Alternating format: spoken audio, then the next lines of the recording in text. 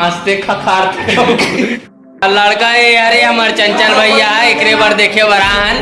लड़की जल्दी भेजवाऊगा सियान माना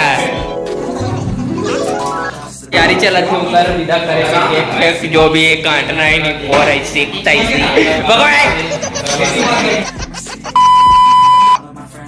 जय जोहार जय छत्तीसगढ़ संगवारियों हमार सर घर जावत थे तो फिर हमार मन के एकदम तैयारी चलत थे सल्लब विदाई समारोह के अवसर आ गए तो फिर तैयारी चलत थे ऊपर विदा करेगा एक जो भी एक काटना है नहीं और ऐसे मेरे को जानता नहीं है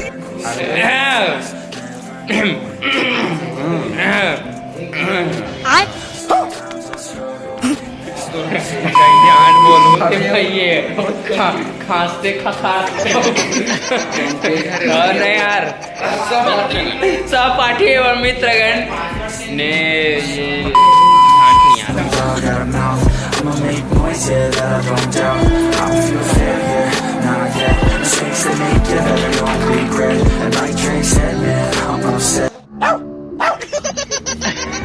ये आराम से डालो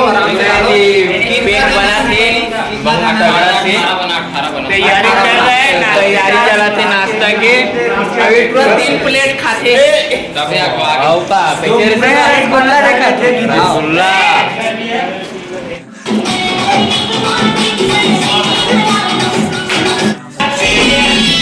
बढ़ा साउंड बढ़ा अभी चक के